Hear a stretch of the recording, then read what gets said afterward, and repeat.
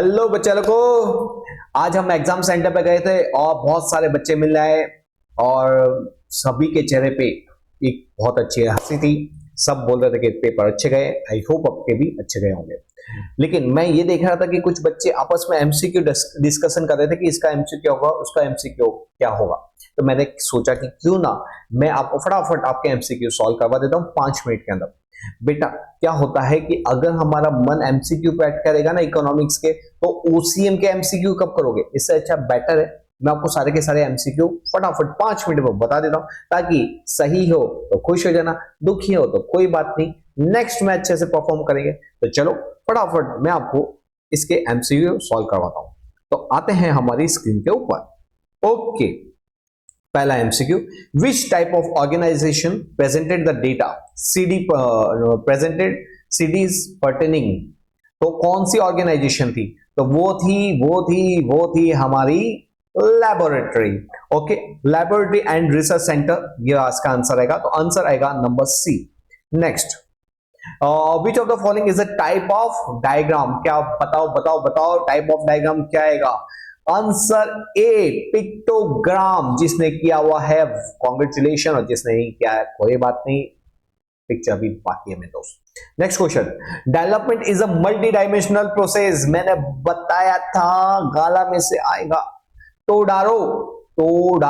Multi dimensional किसने बोला था? टोडारो ने बोला था। ओके, नेक्स्ट वाला क्वेश्चन नंबर 4 क्या बोलता है? In which country first human development index according to the 2014 report. कौन सी कंट्री थी जिसका जो कंट्री फर्स्ट आई थी? Was the first? तो क्या था वो? Norway. Okay, next question, what is the type of inflation when the government control inflation via rules and law? तो सिंपल है, कौन सा? A B C D C. Very good, suppress. अरे, name of the apex bank, सबसे India की सबसे ऊंची bank कौन सी होती है? बैंक का माई बाप मैंने बोलता हूं कौन है? हमारी RBI. Okay, short term lending in theoretical sense is for what period? बेटा, शॉर्ट टर्म है, शॉर्ट टर्म का होता है 1 to 3। बेवकूफ, इसका आएगा सर 1 to 5। कान के नीचे पड़े, अप टू 1 ईयर। सर यही लिखा है हमने। ओके गुड, जिसने ये लिखा हुआ है up to 1 year is the correct answer. Next आ जाओ, which state has the lowest poverty? Sir ये तो हमको मालूम है, क्या गोवा गॉन। Okay, very good, Goa. Next, in which year prime minister Awas Yojana started? Sir जून 2015, याद करके गए थे हम। Very good, 2015। Which type of production technique increase unemployment? बेटा जी, प्रोडक्शन टेक्निक जिससे अनएम्प्लॉयमेंट बढ़ता है, मैंने बताया था आपको वीडियो के अंदर। कौन सा आता है? Capital intensive. मशीन का यूज ज्यादा होगा तो लेबर क्या हो जाएंगे? अनएम्प्लॉयड हो जाएंगे, क्योंकि मशीनें काम करने लग जाएगी। ओह अच्छा, ये क्वेश्चन भी मैंने आपको बताया था बेटा। In which type of unemployment marginal productivity of labour क्या होती है? 0 जहां पे किसी के आने से और किसी के जाने से कोई फर्क नहीं पड़ता, उसकी प्रोडक्टिविटी होती है 0। उस प्रकार के अनएम्प्लॉयमेंट को बोलते हैं sir disguise unemployment. Very good my बच्चा लोग। What is the estimated population of India? India की population between 2011 to 2025 बताओ 139.98। ओके जी, which state has the India highest female? मैंने बताया था फीमेल रेशियो के अंदर अगर फीमेल का हाईएस्ट रेशियो आएगा तो क्या लिखना है आपको? Kerala. Okay, very good. How much is the use of pesticides per hectare in India? India की बात की है ना, मैंने बताया था हाईएस्ट वाला भी लोएस्ट वाला भी इंडिया में कितना होता है? 0.5। Very good. चलो, in India's time which vector of production is the most mobile? बेटा most mobile जो इधर से उधर जा सकता है, इधर से उधर, कौन सा? Entrepreneurship।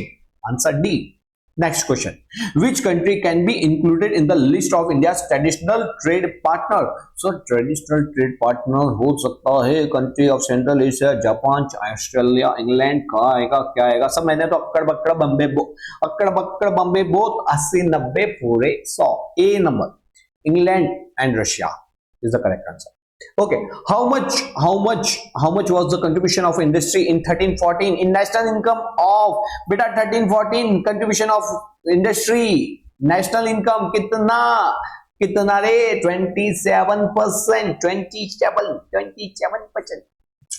कोई बात नहीं। नेक्स्ट, बेटा कोऑपरेटिव का एग्जांपल, ये तो मैंने आपको बताया था, कोऑपरेटिव को IFFCO. Okay, identify the type of effect that is caused by migration due to pull factor. बेटा यहां पे क्या है, यहां पे बच्चों को कंफ्यूजन है। देखो मेरे हिसाब से according to me the type of effect that is caused by migration due to pull factor, जब हम पुल फैक्टर मतलब जब कोई चीज हमको अट्रैक्ट करती है तो वहां पे हमको कोई चीज कब अट्रैक्ट करेगी, जब कोई चीज अच्छी दिख रही होगी। वाओ क्या बिल्डिंग है, वाओ क्या वहां पे मल्टी हॉस्पिटल्स है, वहां पे अच्छे ज्यादा रोजगार है, चलो वहां पे चलते हैं। तो पुल फैक्टर के अंदर कोई जब चीज हमको अट्रैक्ट करती है, कोई चीज हमारे लिए पॉजिटिव होती है, तो यहां पे आएगा पॉजिटिव। कितने बच्चों के आंसर आएंगे सर रिलेटिव क्यों नहीं, तो बेटा मेरे हिसाब से ये पॉजिटिव।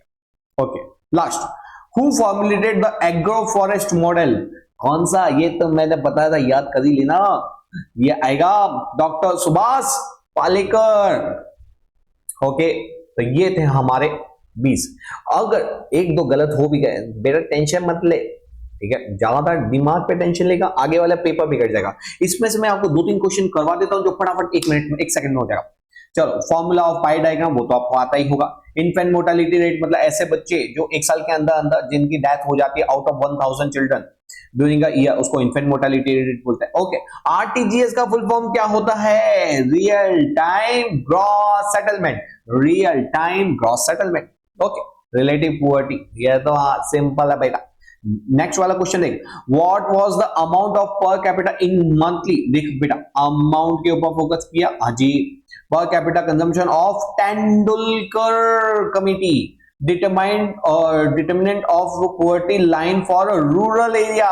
बेटा रूरल एरिया अमाउंट पूछा है, मैंने आपको रटवाया था, बोला था यार लिख लो बेटा, रूरल अर्बन और ये अमाउंट के टर्म में पूछेगा तो रूरल का कितना आएगा 816, अर्बन का कितना आएगा 1000, किसका पूछा हुआ है रूरल का, तो 816। बेटा कितना तो बोलते हैं सर 2200 और 2000, अरे कैलोरीज थोड़ी पूछी है, ठीक है।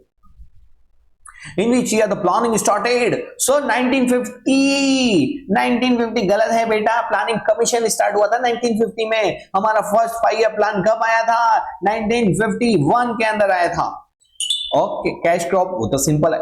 और what is mean by balance of payment, जहां पे डेबिट इक्वल टू क्रेडिट होता है, जहां पे all receive and all payment क्या होते हैं, इक्वल होते हैं, उसी को तो बैलेंस ऑफ पेमेंट बोलते हैं। कि जब मेरा बीओपी बैलेंस कब होगा, जब मेरी credit side equal to debit side, तो ही तो क्या होता है, उसको बैलेंस ऑफ पेमेंट बोलते हैं। Okay, Australia is known as which type of nation in the world.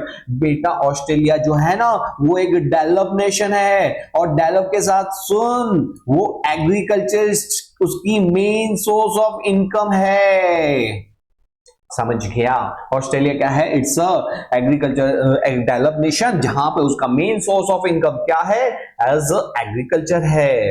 Okay, what is crop protection, ठीक है, ये तो सिंपल था, थियोरेटिकल क्वेश्चन है, ठीक है। तो बेटा यहां पे मैंने आपको जो न्यूमेरिकल्स वाले थे वो मैंने आपको बता दिए फटाफट। देखो बेटा अब मैं आपको बताऊं, आपके 2 गलत हो, 3 गलत हो, 4 गलत हो, उससे कोई फर्क नहीं पड़ेगा। बेसिक है ना, बच्चों को क्या होता है, मैं एक सीरियस नोट पर बताता हूँ, बच्चे क्या होते हैं कि अगर मैं हमेशा बच्चे को बोलता हूँ कि पेपर देने के बाद उसको भूल जाओ, लेकिन कुछ बच्चे होते हैं नहीं हमको मालूम करना। अरे तो मैं आपको फटाफट बता देता, आप अपना 1 घंटा वेस्ट करोगे किताबें छानने में, फ्रेंड को पूछोगे नहीं मेरे हिसाब से ये, अच्छा तेरे हिसाब से बता, अच्छा तेरे हिसाब से बता, इससे अच्छा मैं ही आपको बता देता हूँ, ठीक है। तो मैंने आपको सारे आंसर बता दिए, अब सही हो तो खुश होके पढ़ो और गलत हो तो तेल लेने के। अब जो गलत है वो तो गलत ही है, उसको आप टेंशन लो या ना लो उससे कोई फर्क पड़ने वाला नहीं है। खाली मैं आपको ये बोलूंगा कि बेटा बीए ओसीएम की एग्जाम है, ओसीएम में बहुत सारे पॉइंट्स है, लर्न, बस यही एक सॉल्यूशन है इसका।